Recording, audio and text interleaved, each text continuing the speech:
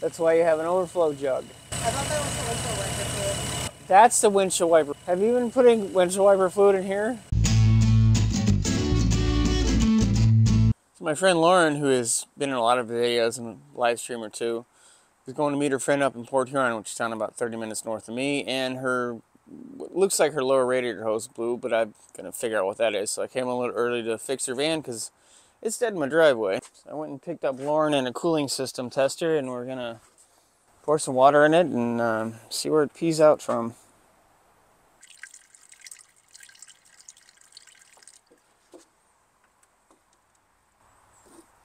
Let me get my fill funnel so I can stop making a mess.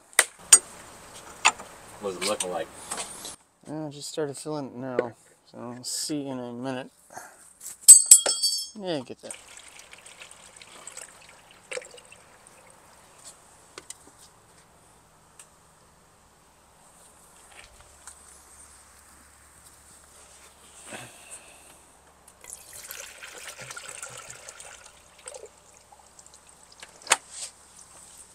It's leaking.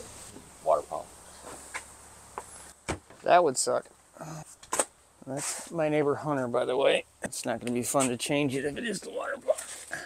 Oh, no, it's not the water pump. Oh, it's the water pump's in the back. Oh, that sucks. It's not your lower radiator hose. More waters. No, more water would just make this harder right now. I need to crawl under all the way underneath your van because it's all the way at the back of your engine. I'm afraid it's that crossover tube rusted out, but I'll show you what I'm talking about. Yeah, so the split junction that goes to the heater core tubing is what appears to be leaking. I was afraid for a minute that the freeze plug was bad because it was basically running under the freeze plug in the back of the engine. I didn't see it leaking over here when I was filling it before. I'm hoping you don't have to replace that entire junction. I don't know. It looks like it's preformed, but I'll have to start looking up parts for it. Here's a good look at it. It's actually got a chunk blown out of it. I couldn't see it from the angle from which I was filming at before. You might have been able to see it on the camera, but I couldn't see it with my eyeballs. So we'll look for the parts and see what we can get. So we were able to run and get a kind of a universal repair kit for the Chrysler vehicles. Hopefully it fits. They do make an actual repair hose assembly for it, but I think it was what, $200? 116. Well, the one was cheap and the one was more. 116. The other one was like 185. Okay. And Lauren is modeling the Bad Tree shirt I got from No Name Nationals, so they had it in her size, so she got a Bad Tree shirt. So I'm trying to support the people I like, and oh, there's a giant spider behind the camera, which means she's probably going to run away. Yeah, she's probably going to run away. She's not a she's not a fan of spiders. This is the coolant hose. It's the heater core coolant hose. It is broken, and it goes to the rear cooling system, heating system, and it goes up into the heater core, which is on the other side of the master cylinder. So I'm going to pull that off, and like I said, we'll mock up the new one, make sure it's the right size, and Lauren's going to do most of the work. I'm just going to show her where we need to grab stuff and what we need to do. Lauren is going for the ones in the back. I got the hard one underneath the coil pack, so these should be a little easier. Or a lot easier. Well, why would they put it way over there? Because they put it on the assembly line where it doesn't matter. You're going to have to come on the other side of that upper hose, unfortunately. Do you want me to show you how I would get it? Yeah. You might not be able to see this in there, but what you're going to want to do is come over here and... No, I meant with the tool. Come over here with the tool. They make nice tools to get these off, and I don't have the money because I don't do this enough. So I'm not going to spend like $80 on those pliers, but I'm beginning to think I should. That's a lot of me editing, missing, grabbing it out. There we go. Okay. This little clamp's easier to come on the other side of this hose and pull it back. It's always a good idea to try to break the hose free at the connection so that you don't damage the connection. So these tools are specific, but allows you to kind of free the hose up. Should make it a little easier. You can do it with channel locks, whatever you got. Just be nice to it because you don't want to crush the tube underneath the hose. But this should now be ready to have Lauren pull it off and get coolant interface. Yay! So she's got the one going to the rear heater core. If you feel like you can't get it, we'll get the one under the coil pack first, and then we should be able to pull that. Should be able to twist the one on the back just straight off. Is it moving? Nope. Oh. Oh, that just broke. I was trying to move it and I actually broke the fitting in half, which it was going to do anyway, which is this piece. It actually snapped off. So she's having a little trouble getting the rest of the tube off of here. So now we'll pull it off the back, and then we'll make sure that it comes off here. Still real tight? Yeah. I'm gonna try. There is a thing about knowing what this crap's supposed to feel like when it comes apart. Well, this might make it a little easier. I didn't think about that before, sorry. Once you get the hoses apart, you should be able to pull the one up and over the bottom. It might give you a better pull on the hose because these are routed really fun. Let's just say fun.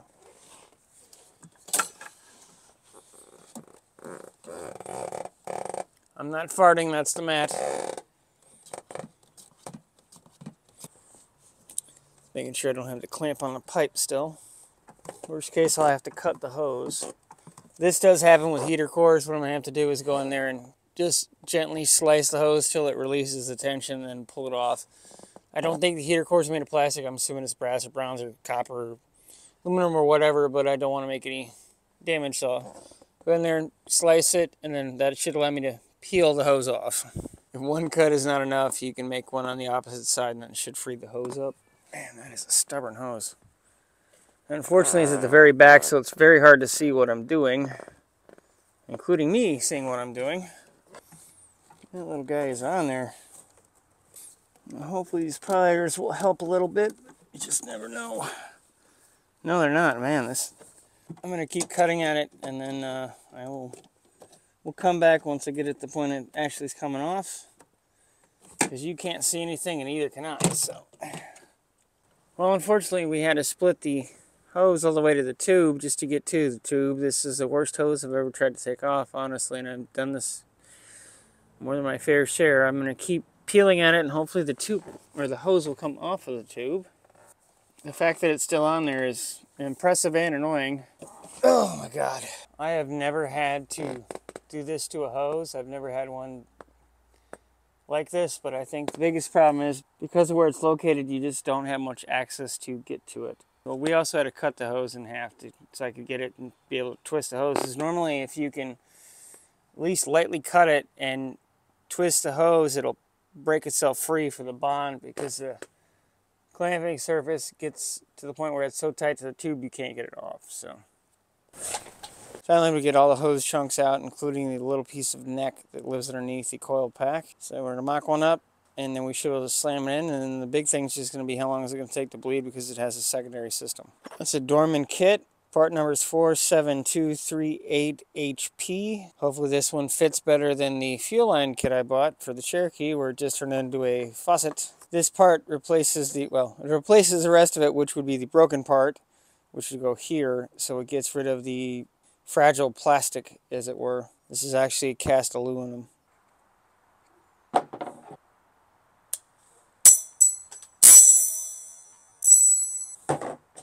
That's the first. So I'm just trying to line it up, measure it the best I can. Doesn't have to be perfect. I'm going to try to reuse the convoluted tubing. It's there for rub protection, so try to do the same as factory, at least in that aspect. I might have to leave it lower, just kind of the extra length, and cut it once it's in the car, because it is actually fairly well formed. And I might have some trouble getting this hose to line up if I cut too little of it, so I'll give myself a little flexibility. And it just started raining, so try to hurry up and get this. If not, it unfortunately might have to wait a bit. I ended up taking Lauren home last night because it just kept raining, and then it rained all night. And it's raining again this morning. It's actually going to rain for another 2 or 3 hours, so I'll pick her up after it stops raining, and we'll get her van back on the road. You're going to need to be up by the hose, otherwise it won't fit real well. It'll fight you. All the way to the firewall? Yeah, there's a little barb on it on the end. Just try to push it all the way to that.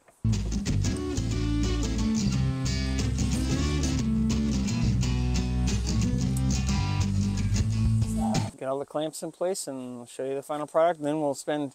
There's not a clamp for this one. Oh, there it is. Yeah, it fell down where you left it before. We'll show you bleeding it and all that, or burping it and all that stuff.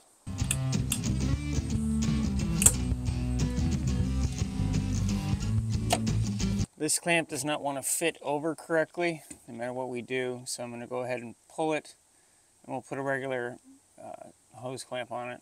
I prefer the spring clamps, the factory ones, but nose clamp will be fine. And you got to get on the ears more because you won't compress the clamp. You don't want it all the way back. You want it at least 1/4 of an inch away from the back of the firewall. That's that far. It's not 3/8. This should be fine. Too short. Just getting a hunk of 4x4 to stand on. I thought I saw some penguin size. You're what, 5'8"? 9. Okay, yeah, Penguin shoes. you're taller than most women, so. Still doesn't mean I'm not penguin sized. I have this feeling my fingers are about to be crushed, but we'll see. I bet you Pickle could do this.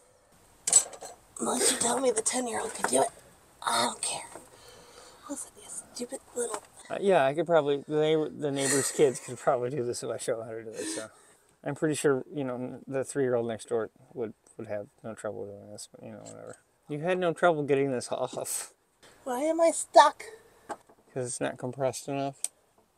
Hold on. There you go. I might have to, yeah, I'm probably going to do this one for you. Now, since I said something, I'm going to not be able to do this too. I don't know how you do this. You get things pinched where they are in the worst possible spot to try to fix it. I guess it's the taillet. Yeah, we'll go with the taillet. Well, you're probably seeing is my hand. There you go. Your 1 finger measurement is actually about this big a gap. So this needs to be, oh well, needs to be about right here. Does that make sense? Yep. Okay, so you need to move that back.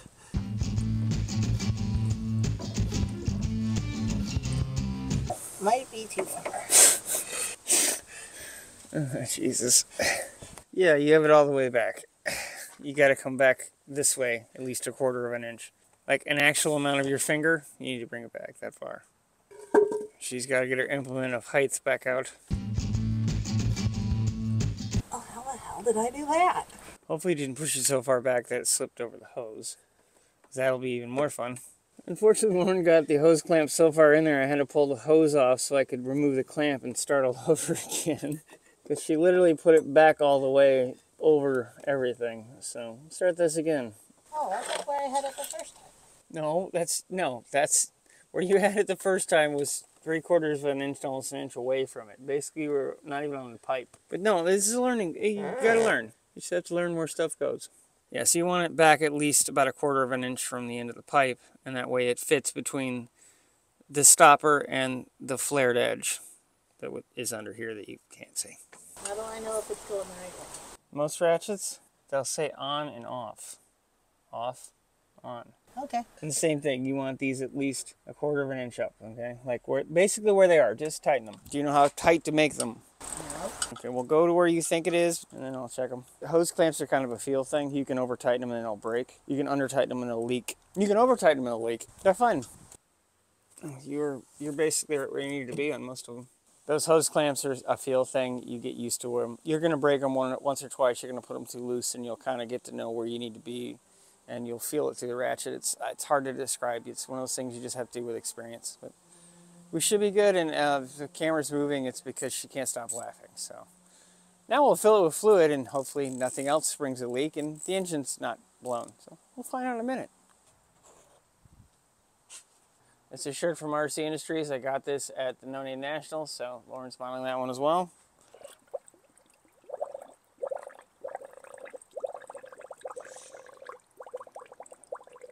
No leaks so far, but we'll fill this 1 gallon, start the car, and start the burping. Assuming we don't have a geyser coming out of the cooling system, she should be fine. We'll just have to burp it. Let's watch. Nope. That's a good first sign, so we're going to spend the next 20-30 minutes burping the system. I'm not even going to bother time-lapsing this because it's just going to be boring sandwich, so we'll come back in when we fill it, or it's draining, or if anything fun happens. I don't know. I'm assuming your thermostats. Okay, we're burping. Good. These things do make life a little easier. It's a spill-free foam kit from Lyle, and I've used it on a couple of the projects. It's not sponsored. pretty much everybody sells it, but it does give you a way to do this easily, and it has a stopper, so when you pull it out, which we'll probably show you. But it definitely is worth the 30, 40 bucks they cost online. Why is it breathing? Because there's air in the system, and it also, when you open up the thermostat, the fluid it's a captive system, so the fluid has to go somewhere. That's why you have an overflow jug. I thought that was the windshield wiper fluid. That's the windshield wiper fluid. Have you been putting windshield wiper fluid in here? I'm sorry, shitty little van. Thermostat seems to be opening correctly, so I'm just gonna drive it. I don't know what to do. It's been 40 minutes or so. I'm gonna have a lot to edit out. We're done doing the outro for your video, Lauren. I state your name. Lauren. The van is done, so. I'll see her again in about 2 days, and I'll check it again to make sure it works.